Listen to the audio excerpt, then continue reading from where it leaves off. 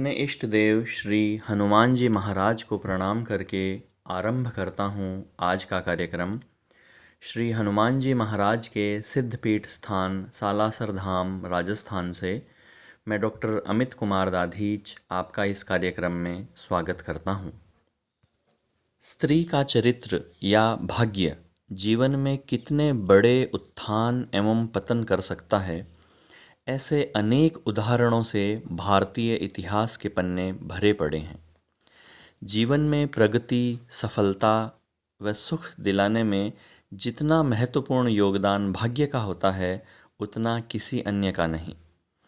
न केवल दाम्पत्य जीवन यानी मैरिज लाइफ, अपितु मानव जीवन की समस्त गतिविधियां भाग्य से ही सर्वाधिक प्रभावित होती हैं।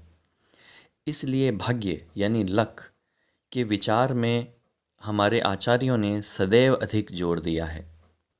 ज्योतिष शास्त्र की मान्यता है कि संयुक्त परिवार यानी कंबाइंड फैमिली की उन्नति में परिवार के प्रत्येक सदस्य, हर मेंबर का भाग्य यानी लक फेवर करता है, कार्य करता है।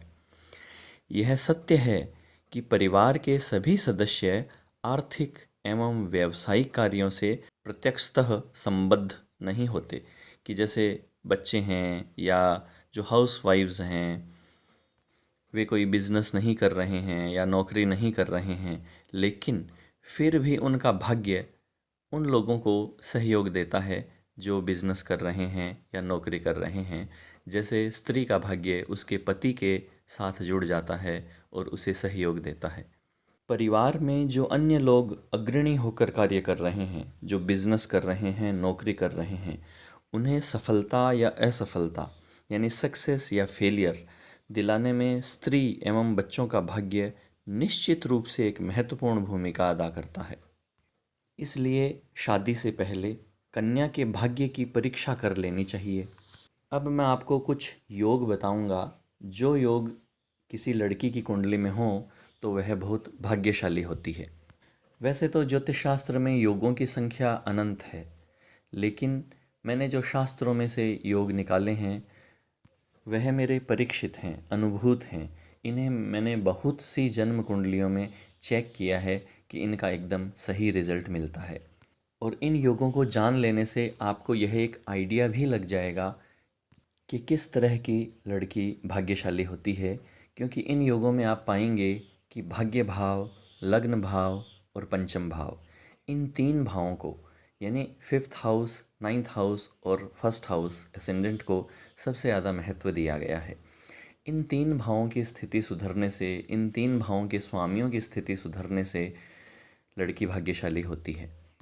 तो आइए जानते हैं कौन से हैं वे योग जिनके प्रभाव से लड़की भाग्यशाली बनती है।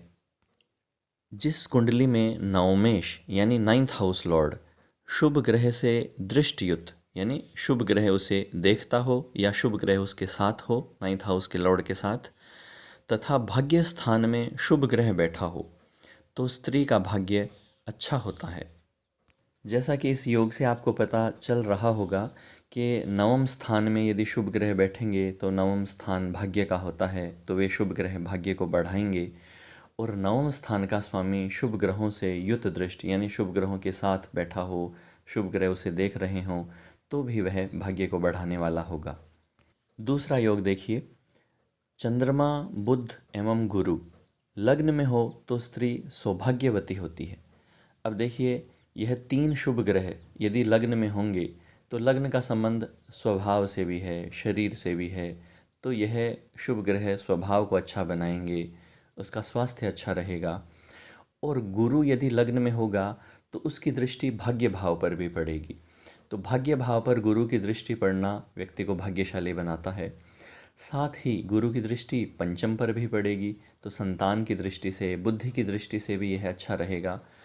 और पति स्थान, सप्तम स्थान, विवाह का जो स्थान है सेवन्थ हाउस, उस पर तीन तीन शुभ ग्रहों की दृष्टि रहेगी, गुरु की, चंद्रमा की और बुध की।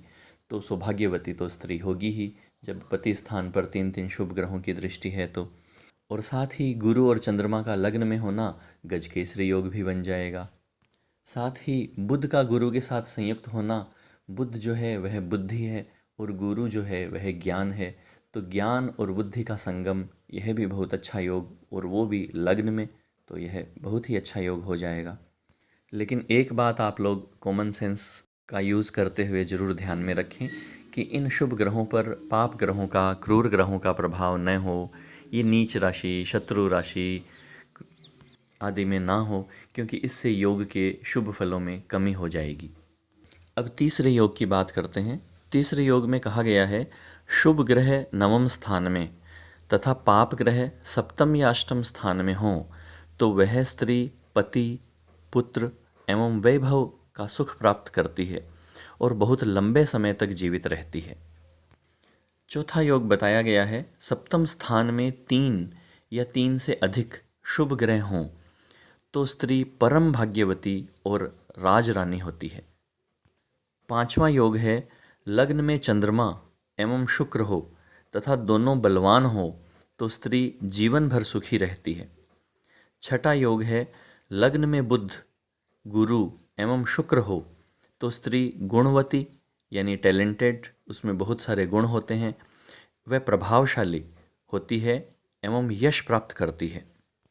सातवां योग है, बृहस्पति नवम, पंचम या केंद्र में उच्च राशि या स्वय राशि आदि में हो तो स्त्री मधुर स्वभाव वाली, साध्वी, अच्छे पुत्र की माता, सुखी, गुणवती एवं दोनों कुलों का यश बढ़ाने वाली होती है। दोनों कुल यानी अपने माता पिता के कुल का और अपने पति के कुल का, दोनों का यश बढ़ाने वाली होती है। आठवां योग देखिए, इसमें कहा गया है कि लग्न को 3 शुभ ग्रह देखते हों तो स्त्री कलावती यानी उसमें कुछ कला होती है, कुछ आर्ट होती है, वह लज्जावती, सौंदर्यवती यानी बहुत ही सुंदर, पुत्रवती यानी जिसके बेटे होते हैं, धन एवं वैभव वाली तथा अपने पति की प्राण वल्लभा यानी अपने पति को बहुत ही अच्छी लगने वाली होती है। अब नवा योग देखिए, जिसकी कुंडली में लग्न पंचम एवं नवम स्थान पर शुभ ग्रहों का प्रभाव हो वह स्त्री अत्यंत भाग्यशालिनी होती है। अब एक अंतिम 10वां योग देखिए, भाग्येश सिंहासनांश में हो। अब यह सिंहासनांश क्या होता है? कोई ग्रह 5 वर्ग कुंडलियों में यदि अपनी स्वय राशि या उच्च राशि में चला जाए तो उस ग्रह को सिंहासनांश में कहते हैं। जैसे मान लीजिए कि बृहस्पति धनु राशि में 1 डिग्री 25 मिनट और 1 सेकंड का है, तो ऐसा बृहस्पति अपनी मूल त्रिकोण राशि में होगा जन्म कुंडली में D1 चार्ट में, और D3 चार्ट यानी दृेश कांड में, और सप्तमांश में यानी D7 में, और द्वादशांश में, और दशमांश में, और षोडशांश में अपने ही राशि में होगा। इस कारण से वह सिंहासनांश में कहलाएगा।